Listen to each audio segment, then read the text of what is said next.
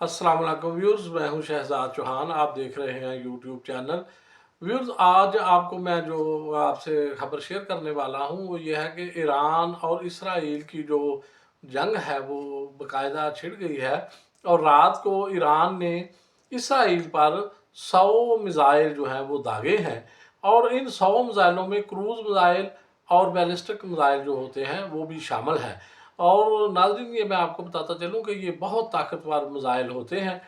तो उसके बाद यमन के जो हुसी हैं उन्होंने भी इसराइल पर जो है वो रात को अटैक किया और मिज़ाइल बरसाए। और इसी तरह लबनान से जो हिजबुल्लाह है उन्होंने भी जो है वो इसराइल पर रात को अटैक किया।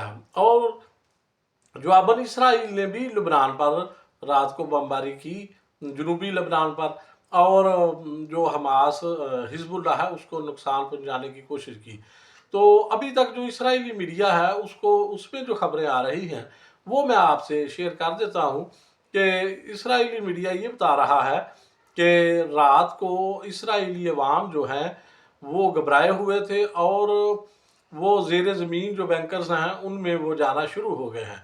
मैं आपको बताता चलूँ कि इसराइल ने ज़ेर ज़मीन बैंकर्स बहुत बड़ी तादाद में बनाए हुए हैं, क्योंकि उसको ये पता है कि मैं जो पंगे मुस्लिम ममालिक से ले रहा हूँ और फ़लस्तीनियों पर जुल्म ढा रहा हूँ, तो उसके रिएक्शन में किसी वक्त भी मेरी किसी मुल्क से जंग छिड़ सकती है। तो इसलिए उन्होंने ये इंतज़ाम पहले से किया हुआ था। तो रात को इसराइली फ़ौजी जो हैं वो भी जो ज़ेर ज़मीन बैंकर्स हैं उनमें जाना शुरू हो गए थे। और इसराइली मीडिया के मुताबिक इसराइल में हलाकतें भी हुई हैं। तो अभी ये बात कन्फर्म नहीं हो सकी कि कितनी हलाकतें हुई हैं, लेकिन उनकी तादाद जो है वो दर्जनों में बताई जा रही है। कई दर्जन लोग इसराइली यहूदी जो हैं वो हलाक हुए हैं ईरान के जो रात को अटैक है उसके नतीजे में। तो ईरान ने तकरीबन 100 मिज़ाइल जो हैं वो इसराइल पर रात को दागे थे। तो ईरान ने एक बहरी जहाज़ जो है वो इसराइल का कब्ज़े में ले लिया है। तो वो ईरानियों ने जहाज़ जो है वो अभी तक नहीं छोड़ा। और उस इसराइल का जो बहरी जहाज़ ईरान ने कब्ज़े में लिया है उसमें 2 पाकिस्तानी भी सवार थे। तो हो सकता है वो मुलाजमत के सिलसिले में या किसी काम के सिलसिले में जो है वो कहीं जहाज़ पर जा रहे हों। ये बात अभी कंफर्म नहीं हो सकी कि वो 2 पाकिस्तानी उस जहाज़ पर क्या कर रहे थे और क्यों थे। तो फ़लस्तीनी अवाम जो है वो रात को जब ईरान ने इसराइल पर हमला किया तो बड़ा ज़ोरदार हमला था। तो फ़लस्तीनी अवाम सड़कों पर निकल आए और खुशी का इज़हार करते रहे और नारे लगाते रहे। और मस्जिद अक्सा जो है, मस्जिद अक्सा में भी मुसलमानों ने रात को लब्बैक या अल्लाह के नारे लगाए और खुशी का इज़हार किया। और इसराइल ने गज़ा से अपने जंगी हथियार जो हैं वो निकाल लिए हैं। और ये बहुत अरसे के बाद पहला मौका है कि गज़ा से इसराइल ने अपने हथियार जो हैं वो निकाल लिए हैं।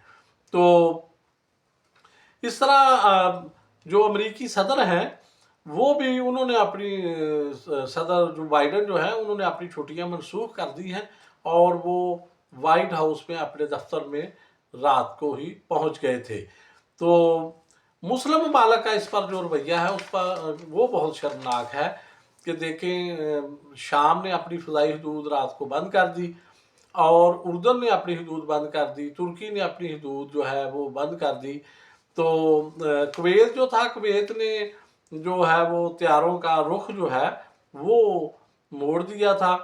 और इसी तरह लबनान ने भी अपनी फ़िज़ाई हदूद जो है वो बंद कर दी थी। और उर्दन ने तो ईरान को ये धमकी भी दी है कि अगर आपके हथियारे हमारी फ़िज़ाई हदूद में आए तो हम उनको मार गिराएंगे।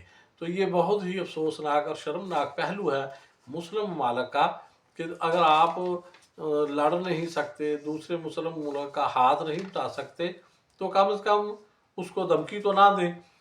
तो सदर ट्रंप जो हैं, साबिक अमेरिकी सदर, उन्होंने ये कहा है कि जो सूरत हाल बन रही है और जो कुछ हो रहा है इसके नतीजे में आलमी जंग भी छिड़ सकती है। तो व्यूअर्स, ये मैं आपको बताता चलूँ कि ये بہت ہی خطرناک عمل ہے، اور اسرائیل نے کہا ہے جی ہم ایران پر اٹیک کریں گے اور ایران کو اس کا بھرپور جواب دیا جائے گا۔ تو جب اسرائیل ایران پر اٹیک کرے گا، میزائل برسائے گا، تو ظاہر ہے پھر ایران بھی کوئی اسرائیل پر پھول تو نہیں برسائے گا، وہ بھی آگے سے پھر دوبارہ میزائل داغے گا۔ تو اس طرح اس جنگ کے پھیلنے کا بھی خدشہ موجود ہے۔ لیکن مسلم ممالک کا جو رویہ ہے وہ بہت شرمناک ہے، وہ قابل مذمت ہے، کہ بجائے کہ وہ سپورٹ کرتے، صرف یمن جو ہے اس نے اس معاملے میں سپورٹ کیا ہے، یا ایران ہے۔ تو لبنان میں تو صرف وہ جو حزب اللہ ہے وہی جو ہے وہ لڑ رہی ہے اسرائیل سے، اور اسرائیل نے حزب اللہ کو بھی کافی نقصان پہنچایا ہے، پہلے بھی اس پر بمباری کی ہے، لیکن لبنان کی فوج یا حکومت کا اس میں کوئی عمل دخل نہیں ہے، نہ وہ اس میں شامل ہے۔ تو اس لیے اسرائیل کی جتنی بھی مذمت کی جائے کم ہے، اور دعا کریں کہ اللہ تعالیٰ مسلمانوں کو فتح دے، اور غزہ کے مسلمانوں کی جو پریشانیاں ہیں، تکلیفیں ہیں، ان میں کمی واقع ہو، اور ان کو بھی سکھ کا سانس ملے۔ بہت شکریہ۔